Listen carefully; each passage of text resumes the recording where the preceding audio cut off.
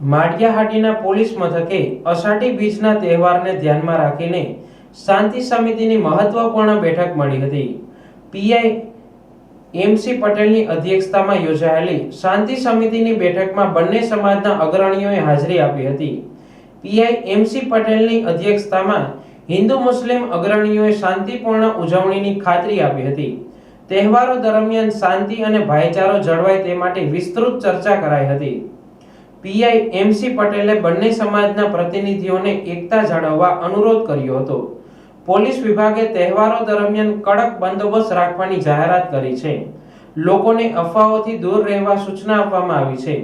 કોઈ પણ અનિચ્છનીય બનાવ કે સમાજની લાગણી દુભાય નહીં તે માટે ખાસ વ્યવસ્થા ગોઠવવામાં આવશે।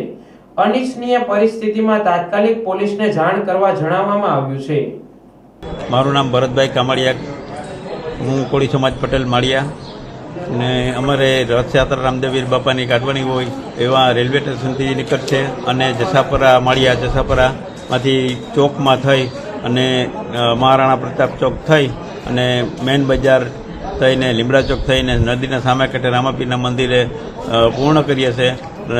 આ શોભાયાત્રા સુખ શાંતિથી અમે નિવાડીએ છીએ અને સાહેબને અભિપ્રાય પ્રમાણે અમે ખૂબ અભિપ્રાય સાંભળ્યો છે અને ખૂબ ડાયરેક્શન લીધું છે।